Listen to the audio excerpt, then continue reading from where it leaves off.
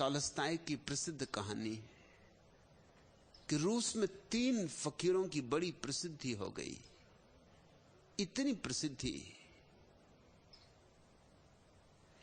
कि रूस का जो सबसे बड़ा पादरी था उसे ईर्ष्या जगी कि ये कौन फकीर हैं जिनकी तरफ हजारों लोग जा रहे हैं,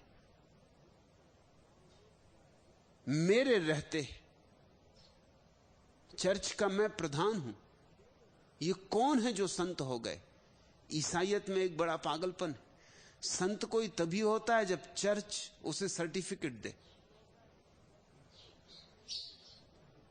तुमने अक्सर सोचा होगा कि हिंदी का शब्द संत और अंग्रेजी का सेंट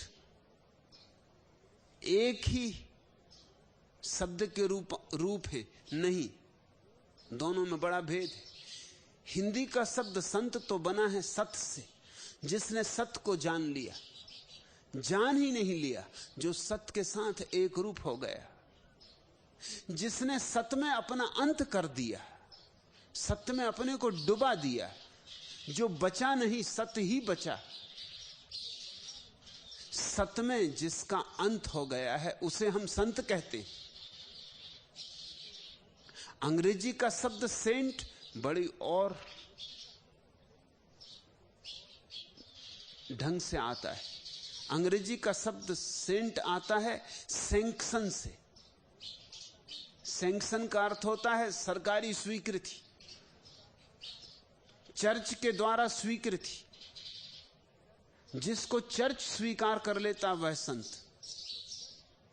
इस अर्थों में तो भारत में विनोबा भावे के सिवा और कोई संत नहीं, क्योंकि वही सरकारी संत, बाकी तो सब गैर सरकारी।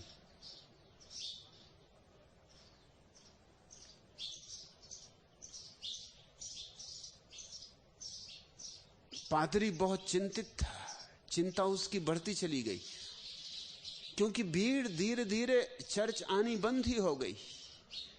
एक दिन क्रोध में वो गया उन संतों की तलाश में। एक झील के उस पार उन संतों का वास था, तो उसने नाव की, माझी नाव खेके ले चले उसे उस पार। उसने अपने पूरे चर्च के प्रधान की जो वेशभूषा थी पहन रखी थी, तगमे लटका रखे थे, सोने का मुकुट सिर पर रख छोड़ा था, हाथ में जो महापुरोहित के हाथ का डंडा था सोने का बना हुआ वो ले रखा था। वो अपनी पूरी साज सज्जा में गया था कि आज इन संतों को रास्ते पे लगा दूंगा। उतरा, देख के हैरान हुआ, एक झाड़ के नीचे 3 सीधे साधे से लोग बैठे थे। उसने पूछा, क्या तुम ही वो 3 संत हो? उन्होंने कहा, संत नहीं, नहीं, हमारी क्या पात्रता संत होने की, हम तो गांव के सीधे साधे गंवार हैं, मगर लोग मानते ही नहीं। लोग हैं कि आए चले जाते हैं, हम तो मना करते, हम जितना मना करते हैं उतने ही लोग हैं कि आए चले जाते। हमारा तो जीना मुश्किल कर दिया, आप अच्छे आ गए, हमें बचाओ। ये भीड़ भाड़ हमें रुचती नहीं, हम तो अपने मजे में थे। ये कैसे लोगों में खबर पहुंच गई, ये किसने खबर पहुंचा दी? प्रधान तो बड़ा प्रसन्न हुआ, उसने कहा, घबराओ मत, लेकिन तुम करते क्या हो यहां बैठे बैठे? उन्होंने कहा, और क्या करेंगे, प्रार्थना करते। बाइबल कहां है? वो तीनों एक दूसरे की तरफ देखने लगे। उन्होंने कहा, क्षमा करें, हमें पढ़ना नहीं आता, सो बाइबल हम रख के भी क्या करेंगे? तब तो पुरोहित और भी प्रसन्न हुआ कि जिन्हें बाइबल भी पढ़ना नहीं आता ये कैसे संत हो सकते, मटिया मैट कर दूंगा इनका, भीड़ को वापस चर्च आना पड़ेगा। तो उसने कहा, फिर तुम्हारी प्रार्थना क्या है? तुम कहते हो प्रार्थना करते हो, प्रार्थना क्या करते हो? वे तीनों नीचे देखने लगे जमीन की तरफ।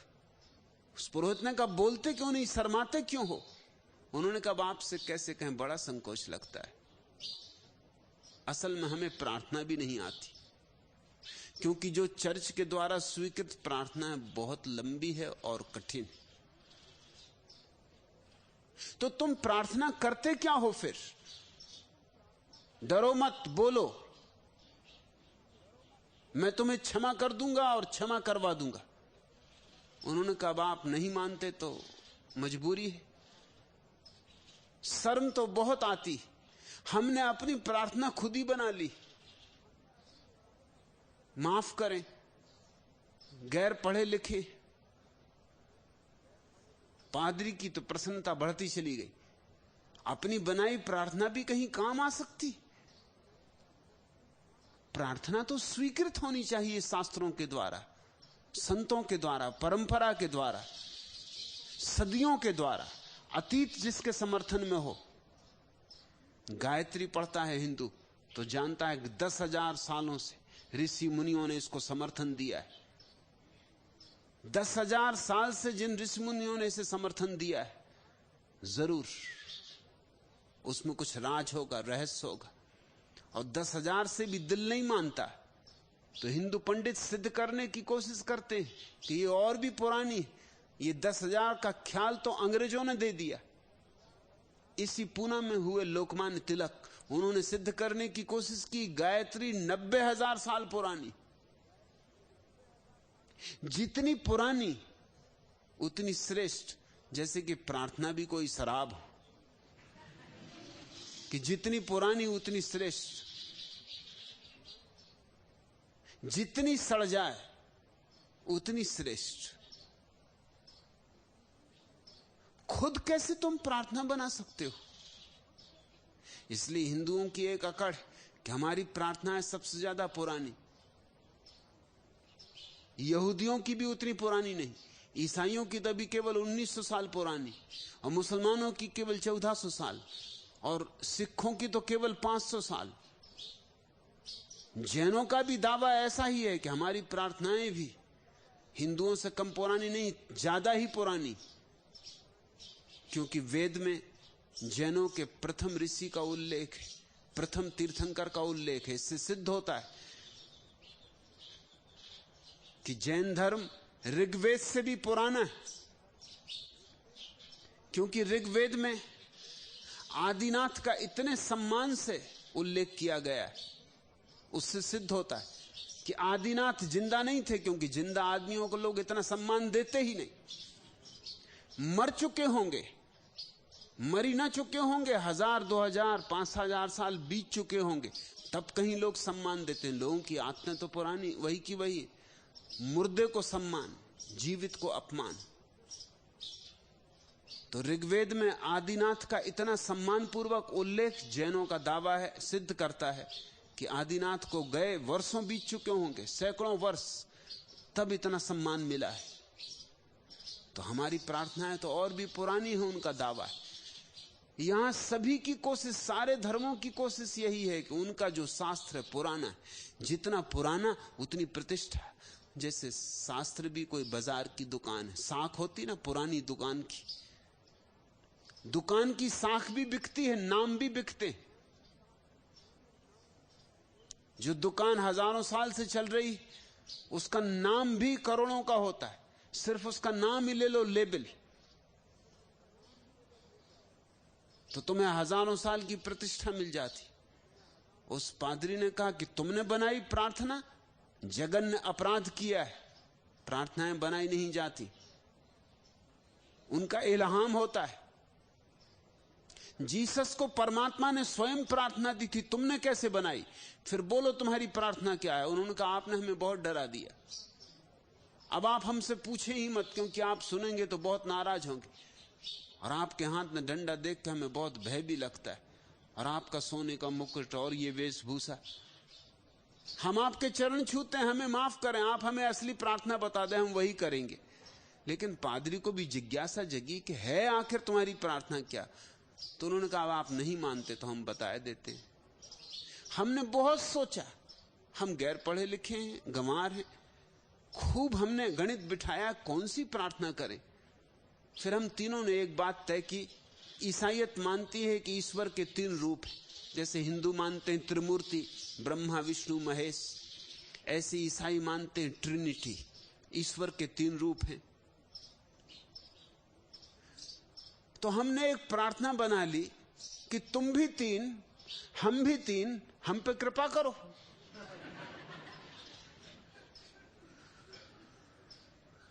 गंभीर पादरी को भी हंसी आ गई। उसने कहा हद हो गई प्रार्थना की, बहुत प्रार्थनाएं सुनी, ये कोई प्रार्थना हुई कि तुम भी तीन, हम भी तीन, हम पे कृपा करो। You are three, we are three, have mercy on us, ये कोई प्रार्थना? खुश हुआ कि इनको रास्ते पे लाऊंगा। उनको असली प्रार्थना बताई, चर्च की स्वीकृत प्रार्थना, लंबी, प्राचीन भाषा में लिखी गई। एक दफा सुनाई, उन्होंने कहा एक दफा और, दो दफा सुनाई, उन्होंने कहा एक दफा और, क्योंकि हम भूल जाएंगे और भूल चूक नहीं होनी चाहिए।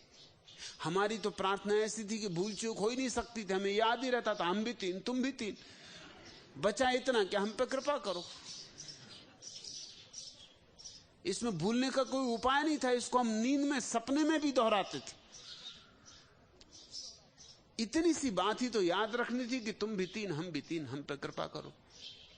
और बचा भी क्या, सब आ गया था इसमें। लेकिन आपकी प्रार्थना लंबी, तीसरी बार भी सुनी। उस पादरी ने कहा घबराओ नहीं, कभी कभी चर्च भी आया करो, धीरे धीरे तुम्हारा जीवन सुधर जाएगा। वो बड़ा खुश कि एक उपद्रव मिटाया, अपनी नाव में सवार होकर झील से चला। बीच झील में नाव पहुंची होगी कि माझी भी हैरान हुए, पादरी भी हैरान हुआ। वो तीनों फकीर झील के पानी पे दौड़ते हुए चले आ रहे थे। उनको पानी पे चलते देख के तो पादरी की सांस बंद हो गई। ये चमत्कार तो सिर्फ जीसस ने किया था, पानी पे चलना। वो तीनों भागते चले आ रहे थे, बदहवास, पसीना पसीना, आके एकदम किनारे पर खड़े हो गए। नाव के कहा रुकें, एक दफा और प्रार्थना दोहरा दें, हम तो भूल ही गए, हम में तो झगड़ा हो गया। ये कहता है इस तरह शुरू होती, मैं कहता हूं इस तरह शुरू होती, वो कहता उस तरह शुरू होती। आपने और विभूचन खड़ी कर दी। अब हम विवाद करें कि प्रार्थना करें? पादरी की आंखें खुली, झुक कर उसने उन तीनों के चरण छुए, कहा मुझे माफ कर दो, तुम्हारी प्रार्थना ठीक थी क्योंकि सुन ली गई, मेरी प्रार्थना गलत है क्योंकि अभी तक सुनी नहीं गई। मैं पानी पे नहीं चल सकता, ये मेरा साहस नहीं। मैं पानी पे पैर नहीं रख सकता, ऐसी अभी मेरी श्रद्धा नहीं। तुम वापस जाओ, मैंने जो कहा था बिल्कुल भूल जाओ। असल में आज से मैं भी यही प्रार्थना करूंगा जो तुम करते थे। तुम्हारी प्रार्थना जीत गई है, मेरी प्रार्थना हार गई। ये तो कहानी है टॉलस्टॉय की, लेकिन कहानी महत्वपूर्ण है। कौन सी प्रार्थना जीतती? जो हार्दिक हो, जो तुम्हारे भीतर अंकुरित हो। अपनी प्रार्थना खोजो।